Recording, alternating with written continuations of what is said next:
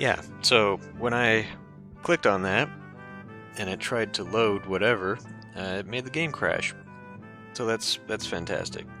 Um, I may end up uninstalling this and reinstalling the original game. The GOG.com version does come with the game from 1994, so hopefully I'll be able to play that. I don't know if it's going to require special compatibility or not, but I feel like maybe that would prevent some issues here. Anyway, the game seems to have proceeded, whether we learned anything or not. But that could become a problem, and we might not be able to continue playing this version of the game. Anyway, a brief overview is shown. Click the period button to show detailed version. I don't know what we're talking about right now. Click the X to return to the lower screen. Most of Dragon Pass is still unknown. Since your clan just arrived, you have a basic idea of geography from when people lived here before. Switch to the map screen. See what you know about your new home. You can scroll or zoom the map, click Explore to outfit an exploration party, and learn more about Dragon Pass. Okay. No, I'm not. I'm just using my regular streaming equipment.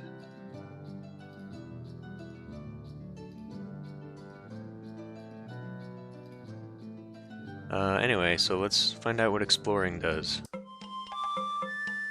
Exploration Cross is set to the north. Leave it there, or click where you wish to explore instead. I guess we'll keep going where the game says to go. We're going to send Asborn, who's a renowned combatant. That's interesting. Maybe we should swap out him for the clan ring, because I don't think our combatant is renowned. Asborn will be taking 1 weapon thane and 10 footmen with him. I guess he'll be going at a normal pace. You can set the pace here. Okay, go. Okay, so here's it's Marillus Action is the software. I don't think that has anything to do with the game crashing. I think it's just the game. Okay, the clan is under attack. Use a point of magic and sacrifice a cow for Humacht to give us his favor. Okay, so these are the horse nomads. We're being raided. There are 153 of them, all mounted. The Black Rocks warned us, and all 13 weapon thanes met them, as well as 130 of the feared. So basically that means we got advanced warning and we were able to prepare, which is good. We will be adding one of our magics that we held back. We will sacrifice to Humacht, and I guess our objective right now is just to drive them off. So the different objective that we have in battle will have an impact upon our casualties and what we do for them. We never want to take captives, I don't think, because Orlanth hates thralls. And let's see, maneuver. I guess maneuvering means we're just going to get out of the way. I think if we chose things like kill as many as possible and charge, we'd probably lose a lot of people, just because we're not prepared to go up against the horses. You know, aggressive aggressive tactics would not be good against them. So we'll do this and see what it results in. Sometimes a battle has a pivotal moment when a leader has the chance to act heroically. This is one of those times. Make a decision, then proceed to the main battle. Okay. The horse nomads, I cannot read today. The horse nomads attacked while we were still sacrificing. They charged right into the trap we laid for them. That's good. As our forces engage with the horse nomads, Lycan notices that a detachment of riders is trying to sneak completely around to get at us from behind. What should we do? Make sure Varsons knows about the threat. Varsons is our warrior dude. So we'll tell him. Varsons reacted quickly, sending a small group who drove off the nomads with a ferocious charge. Good. Fierce fighting ensued. Their battle magic was stronger than ours, but we were not dismayed. We drove them off, and their survivors left without plundering our Tula. We captured 24 horses. With their careful attention, our auxiliaries kept 3 warriors from dying and healed 4. So we killed 1 of their elite fighters and wounded 3. We killed 11 of their normal fighters and wounded 31, and we only lost 1 fighter that whole battle. 5 of our guys got wounded. That's not bad. Chances are you have some wounded fighters to tend to. One quick way to heal people is to call on the healing goddess Chelana Arroy. Okay. Pick Chelana Arroy and sacrifice to her. Click the healing button to select the blessing, and if you have no wounded, just click X and leave the dialogue. Otherwise, choose at least 15 goods to sacrifice. Okay. Well, 7 people are sick, so this could also help with that. We don't have too many goods. This is actually quite pricey. I feel like the game is leading us a little bit astray here, but we'll sacrifice. All of our people are wounded or healed. Yay! Sometimes you'll want time to pass. At the upper left, note it's now Earth season, when the clan takes in the harvest. You wouldn't want to call up the farmers for a raid. Instead, click the season wheel to advance to the next season. So that's what I did earlier. I misstepped there as well by advancing a season already. So we're off to a great start here. I'm going to have to find a way to not do that. We'll restart for the next time once we've actually learned the game. Okay, so we're advancing past harvest season. Uh-oh. An earlier decision has a delayed effect. See what your advisors have to say. Sometimes matters brought before the clan ring are not truly issues for the ring to settle, so choose leave this matter to her kinsfolk. Okay. Aeonis Lara, whose betrothal to Jorator of the Hendarti, has broken off after her seduction by Coral the poet of the Herani is now pregnant. Aeonis Lara is very happy, but her kinsfolk see her pregnancy as a reminder of an embarrassing chain of events that I also screwed up. Okay. Well, these guys are saying encourage Jorator to marry her. Good King Oskel was born outside the marriage bond. Okay, so he says leave it. Scold her kinsfolk for being unreasonable. Leave the matter to her kinsfolk. Leave the matter to her kinsfolk. Leave the matter to her kinsfolk.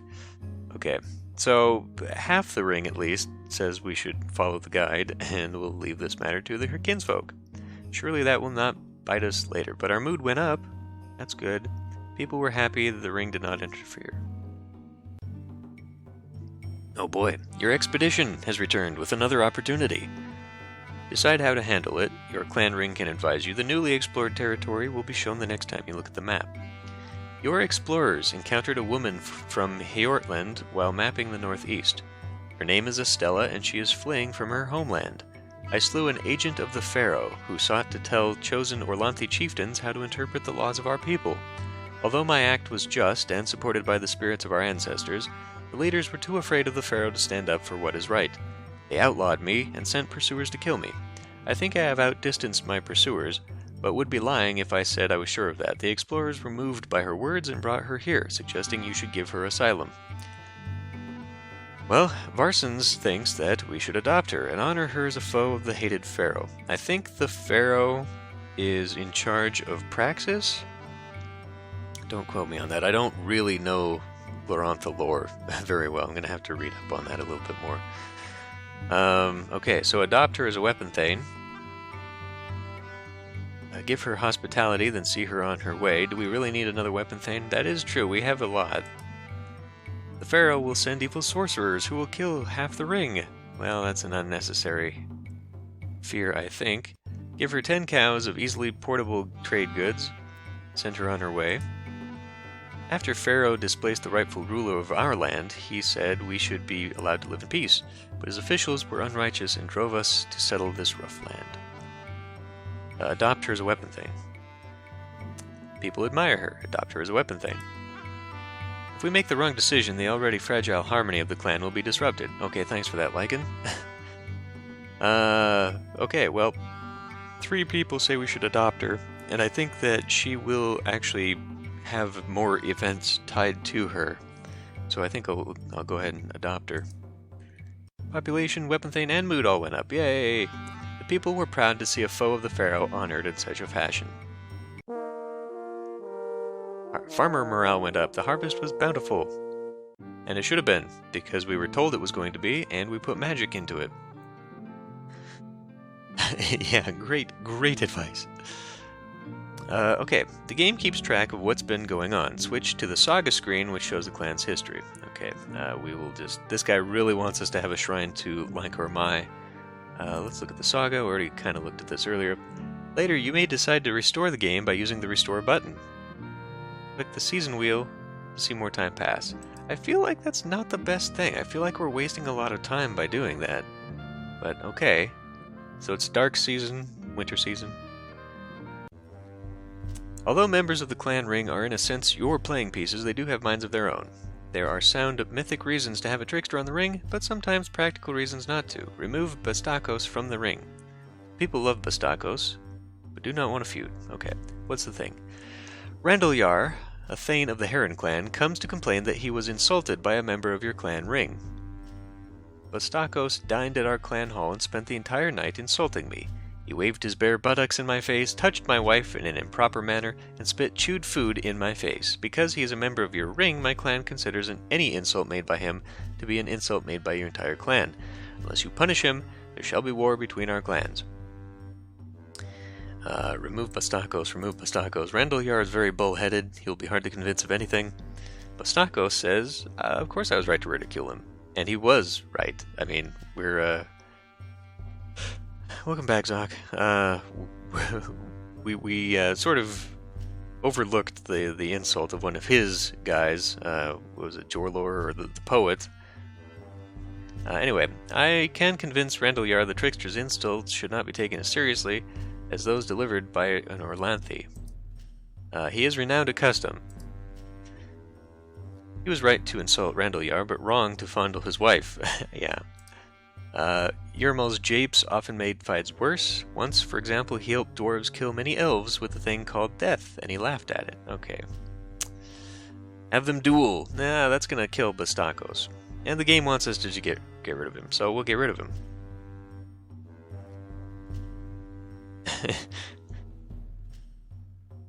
Yeah, we'll get rid of him. Okay, Randalyar was pleased by the justice, and people were happy Bastakos' insults would no longer come from the entire clan. Okay.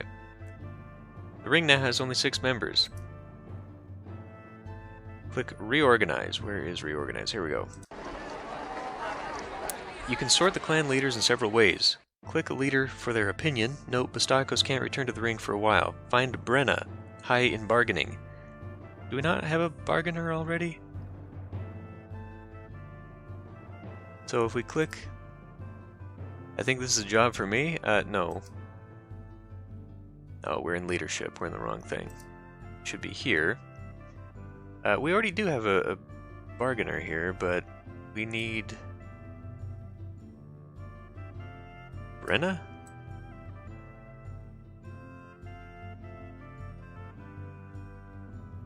Where was Brenna? Oh, right here. She's only very good. Why would we want to do that? See, the thing is, I would kind of like to take... Oh, he is renowned in combat. Ooh, we have a renowned animal specialist over here. In Janston. And I don't think Odela is a god. That we have on the ring yet.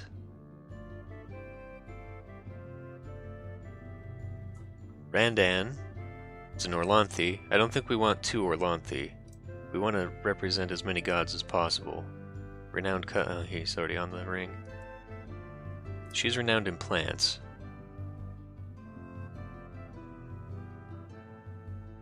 Yeah, why do we want her? She's just very average, run-of-the-mill. We already have an Ceres worshipper as well. I'm going to go against this, and I'm going to actually put... where were you?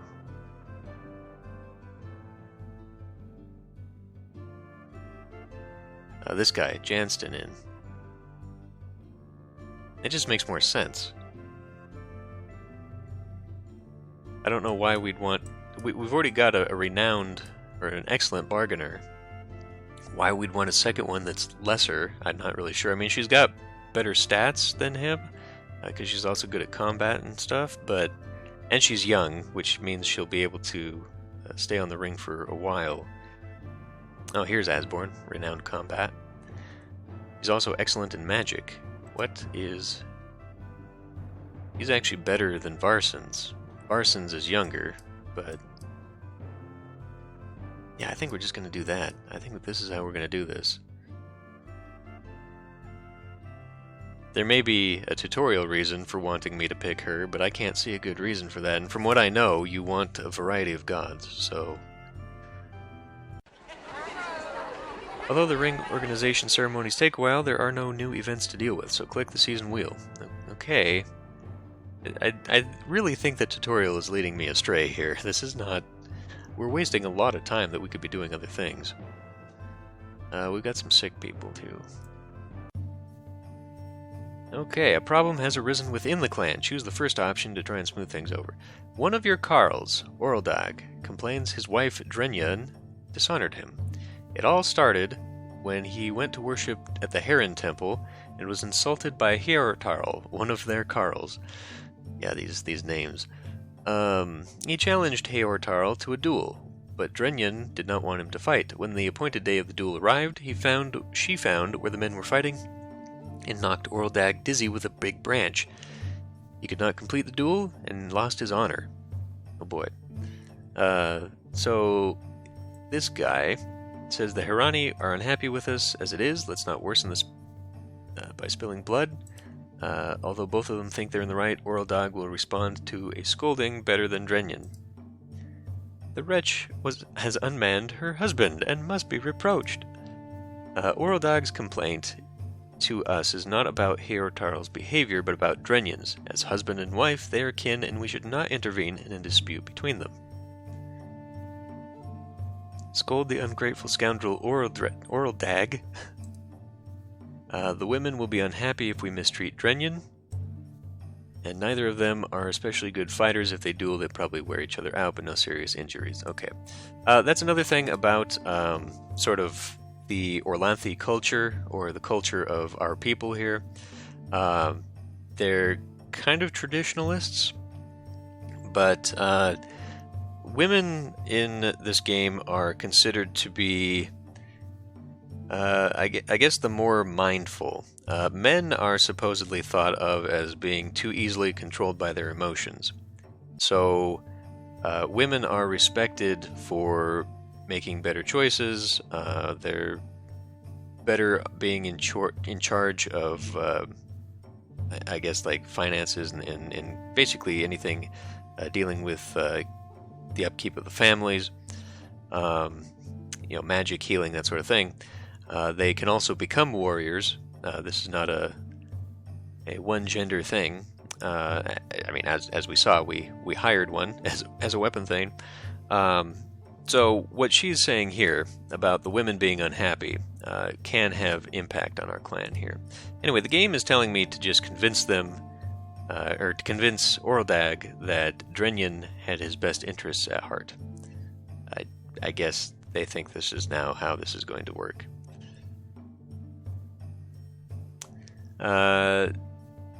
Tell that to the goose egg on my head, Oreldag protested.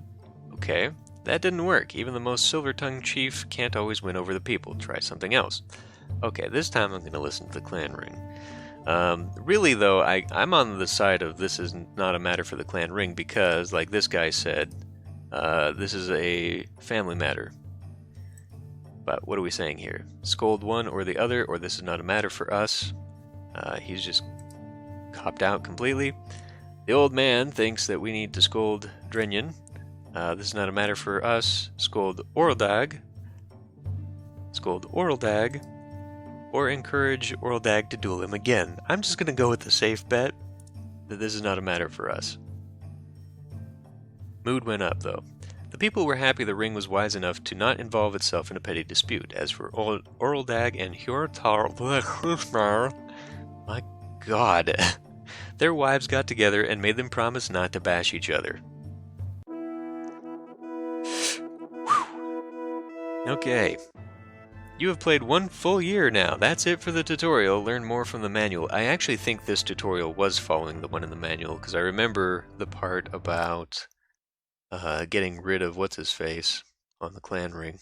So we did miss out on that raid, which would actually have been very important information. So actually, let me go back here on this now. Let me look. Oh.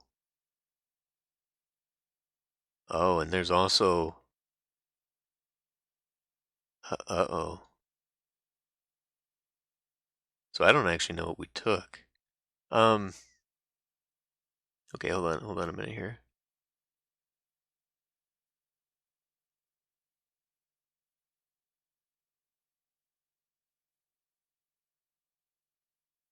Goods. 10 footmen. Esborn. Okay, that's for that.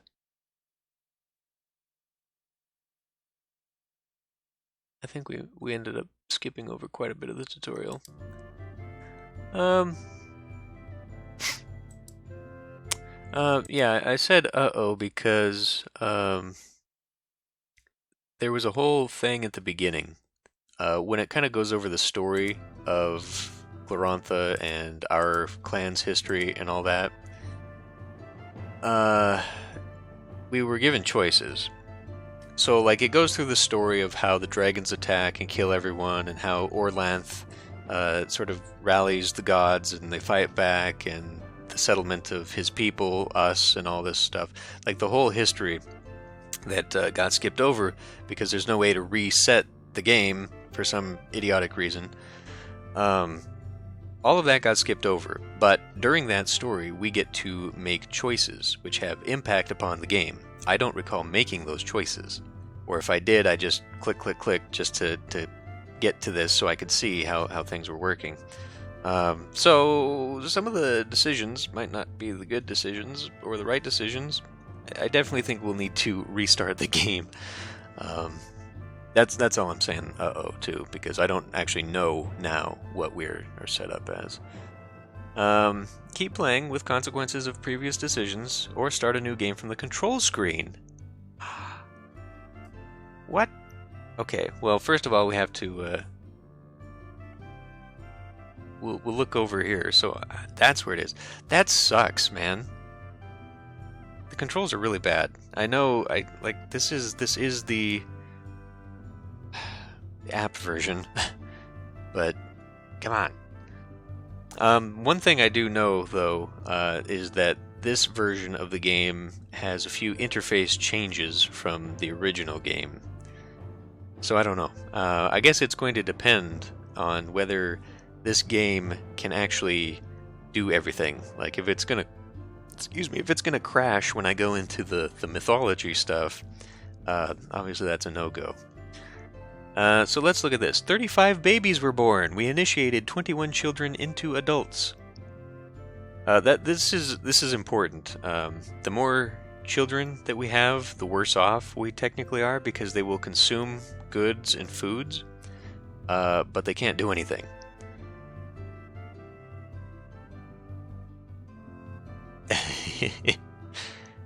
Yeah. I don't know that it was Coral who... We know of one anyway. Okay, the clan has 15 more people, 1 more head of cattle, and 24 horses. Well, so we got the horses from stealing them off of the raiders, so that's good. We also produced a ton of food, eating about half of it. 42 lost to spoilage, but no rats. That's good. That's good, at least. That kind of reminds me... This part right here reminds me of Hammurabi. If you watched my Let's Quickly play of Hammurabi, every year you cycle through planting crops and all that, and then you get spoilage, and some of it gets eaten by rats. It kind of feels like that was included in here. Let's see, our crafters are... Oh, okay. Our crafters produced 32 cows worth of goods. I thought it was just they produced 32 cows. Like, how the hell does that happen?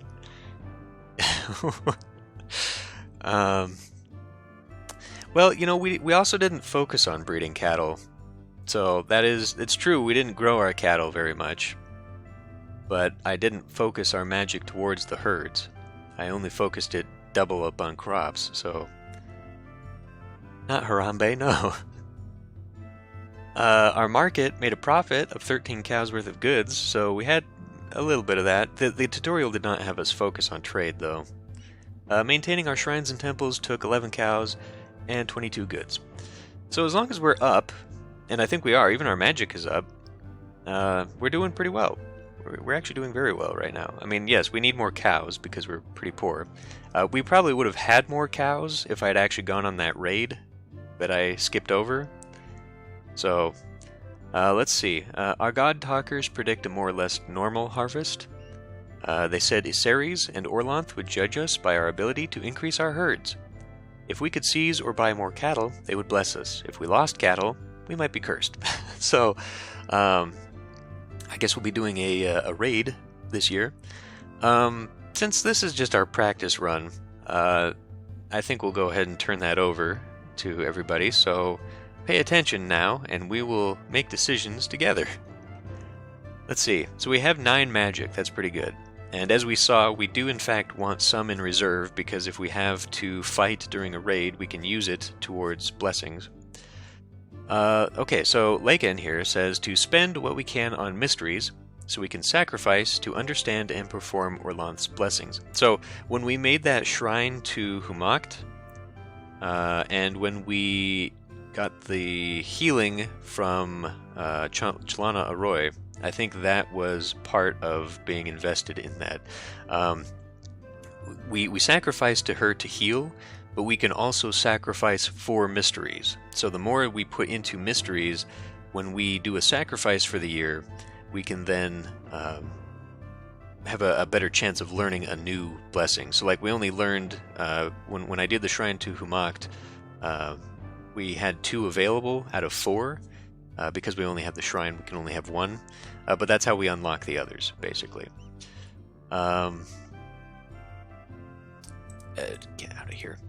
Coolbrast says devote 3 to diplomacy. Then we should do rituals for war, trade, and mysteries. This is the same thing he said last year. Janston, the crotchety old man, says our magic represents the collective spirit of all our people and is renewed every time at sacred time. Okay, thanks for nothing. Spend all we can on mysteries, then sacrifice for an understanding of important blessings. It's easier to keep people healthy than cure them later. Allocate 2 to health. Okay. Allot 2 to crop magic. Our herds are also important. Allot for 1. Okay. And allocate 2 to war, and be sure we leave a few points reserved. Okay. So, we know that we are expecting basically a normal harvest, and we need more cows. So, what do we think we should put some of this magic into? We were told mysteries, we were told health, we were told herds and crops and war, diplomacy, but they're all over the board. They're not all really telling me the same thing.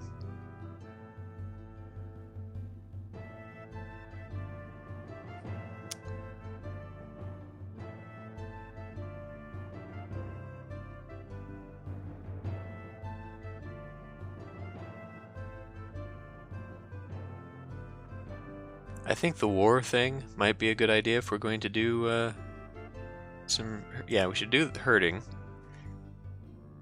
I think we should probably do some raiding as well. So if we're going to do that, I would suggest we do war, 1 crop and 1 mystery.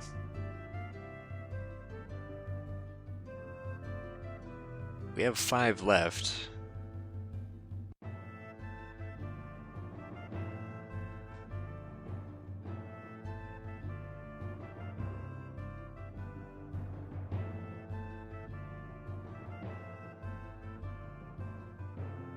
Let's see, so what do we have here? We actually do have a lot telling me to put more into mystery. Should we put 2 into mysteries? We put 1 into health, okay, because she did say that, and we did have some sick people.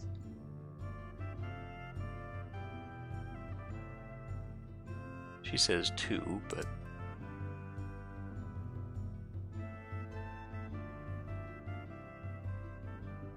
Should we maybe put one more on mysteries?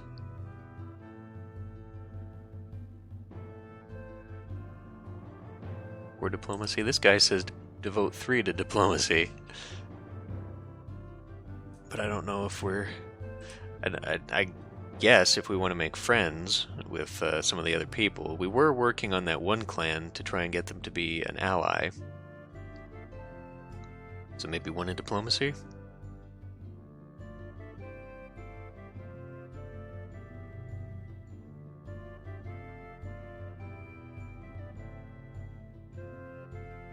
Yeah, okay, we'll put 1 in diplomacy.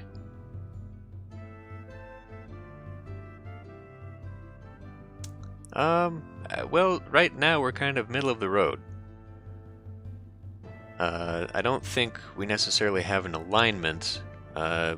We're kind of good, I guess, in that we are following Orlanth, who is the god of our people. And so far we haven't done anything unlawful. The raiding of the neighbors thing is actually a part of our culture, so it's not considered bad to raid our neighbors for their cattle. It's part of the culture, I guess, to as practice for war. It's just like a custom of our people.